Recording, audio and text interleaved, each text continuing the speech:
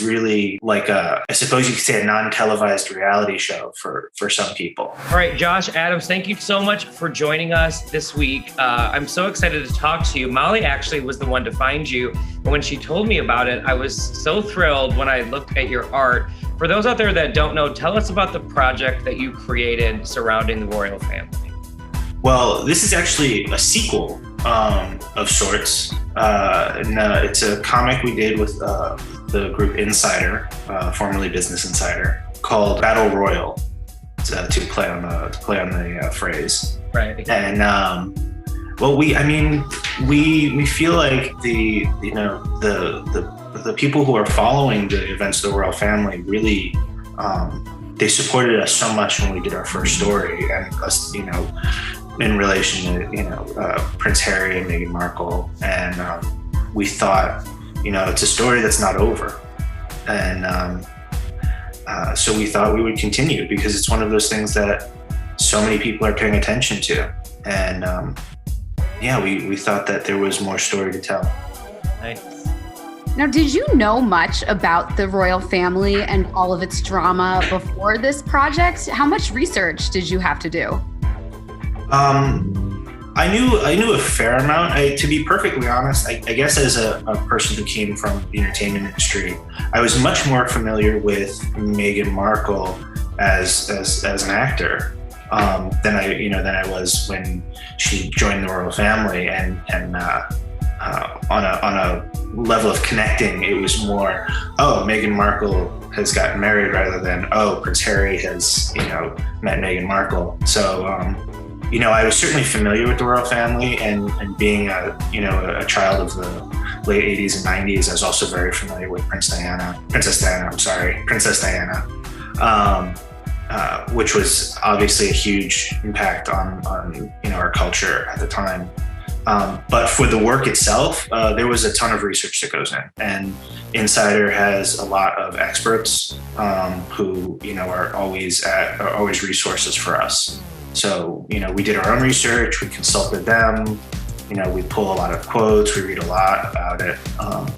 So we don't skip out on the work. We make sure that we're telling as true a story as we can. And if you see, all of our Insider comics have essentially a bibliography of resources at the bottom of them. So if anything is called into question, it can be seen, the original source at the bottom of the article. Nice. I'm looking at it now for like the upteenth time at this point. I'm so fascinated. I love it. It definitely is a timeline, and you're sort of walking us through step by step. Was there something that you learned that you didn't know before? Because again, like you said, the story is ongoing. It's also so convoluted. There's details that pop up almost daily. What did you learn? I think for me, the biggest thing I took away from it was the culture surrounding the royal family, the way that people respond and the groups that respond. Because personally, I didn't follow every single detail as it was happening, but there are people who do. And I reached out to a lot of friends of mine, friends from here in the US, friends from Canada, friends from the UK. And I said, what does this mean to you? And, that was a very eye-opening experience, because it is really like I suppose you could say a non-televised reality show for some people.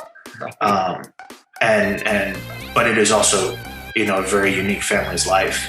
So I was really mainly surprised by the massive, I guess, following of it as a form of, wanting to know the day-to-day and the sort of crazy things that happen with this family.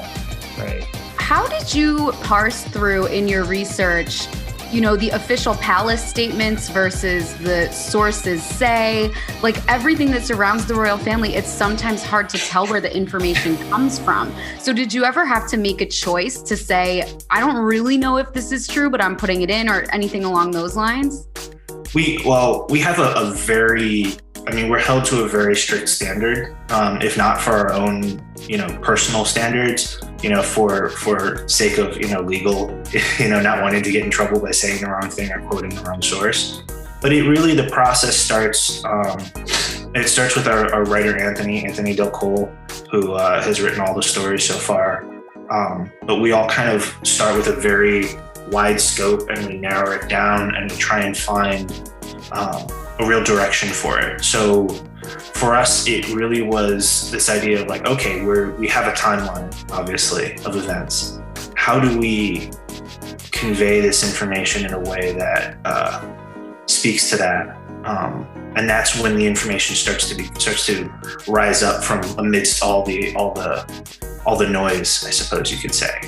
And so for us, it was what information speaks to this idea that they were a family once together and they are now a family apart, and tie that to the timeline. So for us, it was this sort of giving an aesthetic that was like a photo album, which is what we were kind of going for.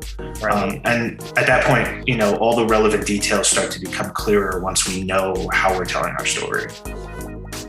Definitely. I definitely see that photo album aspect, and I love that. I'm also noticing, and I have noticed, even one of the first things I noticed when I first looked at the work was sort of like the page tearing. What was the inspiration behind that? I mean, I guess the obvious, but like, tell me about you guys deciding to work that in.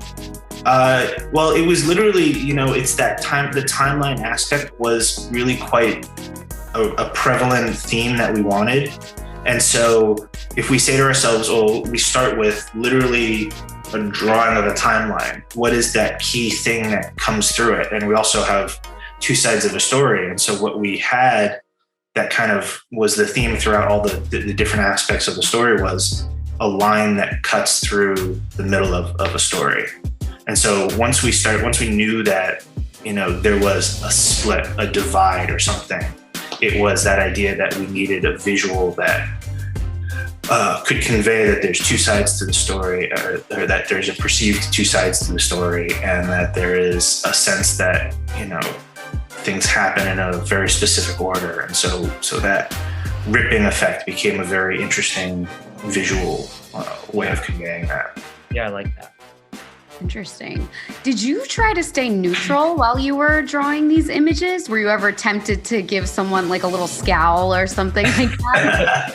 I try as best I can. We have had other stories that are not related to the royal family that, it's a little harder to be neutral. But really, I'm sorry? Such as? Just well, we did one recently about, or at the beginning of the year, about the January 6th attacks on the U.S. Capitol. I could add to that any amount of anger and vitriol that I wanted to. But with something like this, the reality is when we get deep into the information, we're not looking at members of the royal family with any sort of malice. I mean, sure, you can find things to dislike about these people, but in those moments, we're not finding those moments to say, this person tried very specifically to, ruin another person's day. I mean, there may have been those things, but they're almost equivalent to things that we have in our own families. And so I don't go in there and try and paint a picture that's not, explicitly stated. Right. Both for truth and for, trying to respect my work on a personal level. Definitely. One of my favorite images in the piece is sort of the superhero quality between Prince Harry and Prince William. And of course, everyone out there that watches our show is fascinated with the so-called rift between the brothers. Well, this would seem to be more of a fictitious image because I don't think we've ever necessarily seen, well, maybe we have seen William running from a helicopter. We haven't necessarily seen Prince Harry, kick off or throw off papers. What was the inspiration behind this? I think it was more of, first of all, my career started in both working for the Sci-Fi Channel and working in comic books. So there are moments where it's hard to shake those superhero roots in my own drawing. Right. But I think that some of it is it's trying to add a little sense of visual drama or intensity to mimic that emotion, because, they present a very cool demeanor publicly. Mm-hmm. And so we have to find our ways to emphasize that despite their public image, they have emotions, they have, these things that they hold in. And that's probably been a struggle for them their whole lives. They've had cameras on them since they were born. So finding that way to say, hey, these people, they're struggling. They're dealing with issues between family members. I mean, we've all had those kinds of problems. So we want to kind of convey that a little bit. Was there one moment that you illustrated in this series that you wish you had more information on about what went on behind the scenes? Oh, goodness. One moment it would be incredibly difficult, I think, to narrow it down to one. I wish that we could, have a 360-degree camera catching every discussion and everything, because our goal is to inform, really, and to find a way to convey that information to, an audience that may have only observed this stuff as a salacious headline scrolling past their newsfeed. And that's always been our goal. So we dig so hard to try and get as much relevant information from every scenario as we can. So there are every moment that we told the story. I mean, the events surrounding the wedding was always a huge one for us, because that seemed like, planning a wedding for any person is a stressful thing. A royal wedding, I'm sure, is tenfold. But it felt like there was a lot of he said, she said sort of things kind of milling about that event that we would have loved to have seen a little more firsthand or known a little more about, just because that was such a big event. Right. Finally, I'm just curious, after you've done this work as a sequel, you've spent a lot of time researching the royal family, drawing them.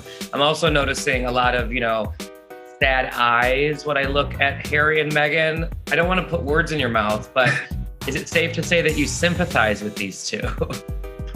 Yes, I do sympathize with them. I mean, I think that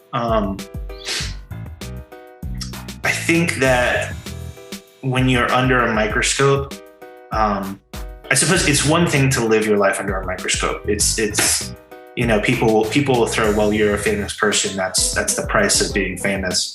I don't think it's necessarily a fair statement, because you add to that fame that you're not necessarily under an analytical microscope. You're under a judgmental microscope. And so you have, a section of media that covers everything you do very prejudiciously. I think that's difficult. I think that any person under the kind of public pressures that they have would have a difficult time. So I do sympathize with them in that regard. I can't necessarily sympathize with them in the fact that they're probably going to make more money than I'll ever make in my lifetime, but good for them.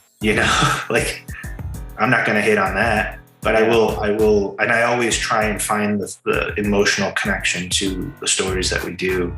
This one, I think, was fairly easy to connect to.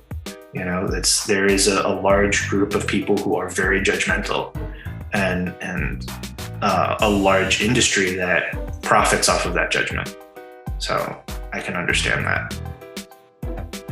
Well, thank you so much, Josh, for joining us. Will there be more royal works in the future? Considering the nature of the ones that we have done, it is my sincere hope that there isn't, because we are technically covering some difficult events in the lives of these people, and I would not wish them to have more difficult events at our benefit. But if there are stories that do come out unfortunate, we would love to cover them, because our goal is to inform, and our goal is to create content that keeps people from gaining the wrong kinds of information. So, we'll cover the stories that are relevant and need to be, informed to the public. Maybe the next one will be like you taping the pages together. Yes, I would love to tell a perfectly happy story about how the royal family came together and did something truly great that brought them together. That would be amazing. Definitely. Well, we agree with that, right, Molly? Oh, yeah. I'm just dying for them to get back together. I want the cousins to play. That's it. Well, thank you so much, Josh. Come join us anytime. And your work is incredible. You're very, very talented. Thank you so much. I'm really glad to be here, and I'd love to come back sometime.